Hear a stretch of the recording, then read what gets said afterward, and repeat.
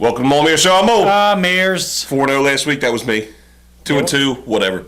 It's playoff time. It's time to show up. It's time to bring the mic. That might be the first time you've ever gone undefeated.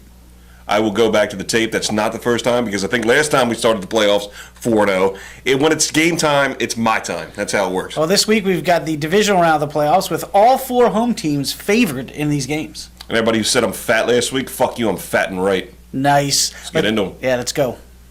First game we're going to do, Baltimore traveling to Denver. Denver favored by 8.5 on a 38-game winning streak of some sort. 11-game winning streak to be exact. The Ravens last week beat up on the Colts. Their defense actually played well, didn't allow a touchdown. I'm a little concerned with Joe Flacco's decision-making. He did make some good passes down the field, but then at times he looked like he was confused as to what to do with the ball. Ray Rice played okay, had 2 fumbles. If the Ravens are going to turn the ball over, the Broncos are going to win this game and easily cover. I have a feeling that's going to happen. I think Peyton Manning is going to have his team ready for the playoffs. I'm going to disregard all the playoff disasters he's had in the past, and I'm saying the Broncos win this game and cover the 8.5 points. Not only don't they cover, the Broncos lose this game, and I'm going to tell you why. Because there's no way in hell the Broncos play New England in the AFC Championship game. It's too simple. Yeah, it is. Things that are this simple just don't happen on paper. Am I going to pick the Patriots to lose to the Texans? I can't do it. So who's got to lose? It's got to be the Broncos. So the 8.5 is how I'm going to win because at least they'll cover. But Ravens take it to the bank, win this game outright. Second game of the divisional round, Green Bay traveling across the country, halfway across the country because they're in the middle of the country, regionally speaking. Close enough. To San Francisco, a rematch of Week 1 where San Francisco won halfway across their country in Green Bay. Nice. 49ers favored by 3 points. Aaron Rodgers is arguably the best quarterback in the league. He had a spectacular game last week against the Vikings. He's thrown 29 touchdowns and 4 picks over the last 11 games or 9 games. Something like that. I mean, he's just playing really good. They're getting all their players back. I'm sorry, but that Packers defense is completely different with Charles Woodson back there. They held Adrian Peterson. I know it's only 1 yard under 100, but they did hold him under 100. Charles Woodson makes a big difference. 49ers, I don't like Colin Kaepernick to win in his first playoff game. I don't think these are the 49ers of last year, so I'm going to take the Packers in an upset to win outright, so I'll take the 3.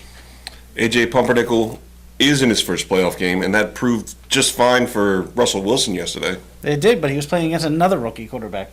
All right, so somebody had to win as a rookie. That's fine. Packers, 49ers, Pumpernickel, Rodgers. I got Rodgers, so I'm with you on the upset based solely on that. I think, to be honest with you, if what's the Smith? What was his name?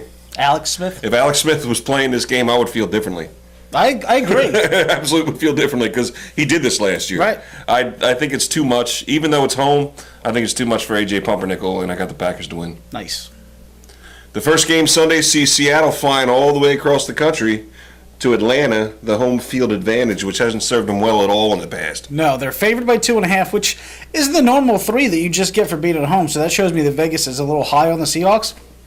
I myself might be a little high on the Seahawks. Seahawks have a great secondary. The Falcons, all they like to do is throw the ball. The running game's really been non-existent this game.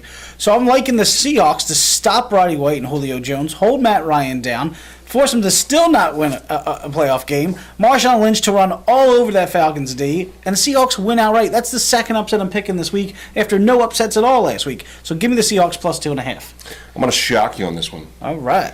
The Seahawks are the most dominant team right now in the NFL. Falcons, awful the last 2 years. But a clock is right twice a day. A broken clock is right 3 times a day if you're in the mountain time. Nice. Because it's 2 hours behind. Mountains. Point being, Falcons are going to win this game. Get out of here. And they're going to cover the 2.5 because they're going to win by 3. And the only reason that, he'd be like, oh, how are you picking the Falcons when they've never won? It's because I say 4-0, dude. All right. It doesn't even matter. It's like I'm fucking a genie in a bottle, but the bottle won't fit me because I'm so fucking fat, you assholes. The final game of the week, Houston traveling to New England. I said last week this would be irrelevant. You did. I have to stick to that, but you tell me why I have to stick to it. Patriots favored by 9, which in my opinion might even be a little low. I like the Patriots in this game a lot.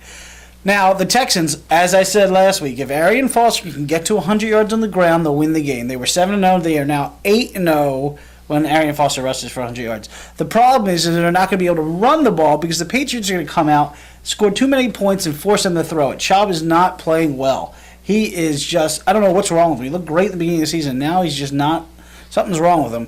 So give me the Patriots to cover this by at least 9. I would give 12 at most. I think the Patriots are going to win this game, but I think they're not going to cover the 9. I think you're going to be surprised because the Patriots are actually weaker at home than they are on the road.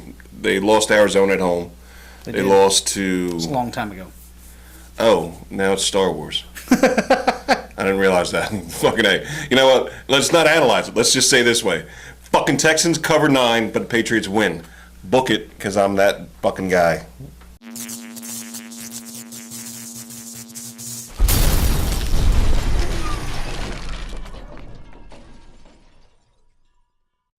Now it's time for comments of the week. Yeah. Ice Boy 1221. Texans over Bengals. Ravens over Colts. Packers over the Vikings. Seahawks over the Redskins. Like me, 4-0. He's correct on everything except the spelling of the Vikings. Don't clap that close to the mic. It's really going to pick it up. It'll be fine. Coco the Man 1. All right, douche missiles. Who was the comment of the year? Now it's time to go back and give us our just desserts. There were several funny fucks posting shit to bust your balls, so tell us who in your poll smoking opinions was the best of the best. It's coming. We're going to do that. I indicated to your comment directly that the comments of the year will be on our Super Bowl show. Super Bowl show. We have Super one of those. Bowl show, yes. We need some guest stars for that too, some chicks or something. Yeah, maybe we'll have one. Oh, okay, there we go. Houday 137. Now I take this is the comment. This is the one that busted my balls, and it's a long one, but did this fat tool in the orange really say that the Bengals aren't good enough? I did, and they aren't. LOL, hottest defense in the AFC right now. Who's LOLing now, you fuck? Going into the playoffs, and I don't know, but I would think being sports fans, you would have heard of the saying, defense wins championships. Pack your fucking shit, fuckface. But maybe not, because it can be hard to hear if you are munching a candy bar. I don't eat chocolate, fuckface, your whole life. This video is as bad as it come. Fuck you, we got 2,000 views on YouTube every week. Don't actually check those numbers. But what else do you expect from two fat dudes with no women in their life? He's married, so fuck you. I got like 4 women. Yeah, he's got 3 daughters, douchebag. Let's try to get famous on YouTube. We're on Showtime. Famous. So who they? Fuck nuts. Tech Solutions hacks. I agree 100% on all the picks, guys. The guy on the right, mate. The guy on the right, mate. Is that you? No, that's you. Oh. It's opposite. You don't look at the gay statistic crap. That's what I do. Cancer has nothing to do with the game, LOL. I actually said that. I kind of felt bad about the comments, but when I went back and watched it, I think my point was true. And in the end of the day, everything I said last week was right. And for all the Bengals fans who gave us a lot of shit last week, because that's what happens. When we do a Bengals game, all of a sudden they come out of the woodworks. Yeah, Houday is the Bengals. Who dat is the Saints. Right? Congrats to the Bengals for still have never won a playoff game on the road. Marvin Lewis has the most regular season wins without winning a playoff game, so take that and then Lovey Smith it up. Congrats. So that's our show for the divisional round. Hopefully the volume's better. Yes. And we have personal beefs. I mean, we don't have the Bengals going this week, so we don't have to pick against the obvious losers. Right.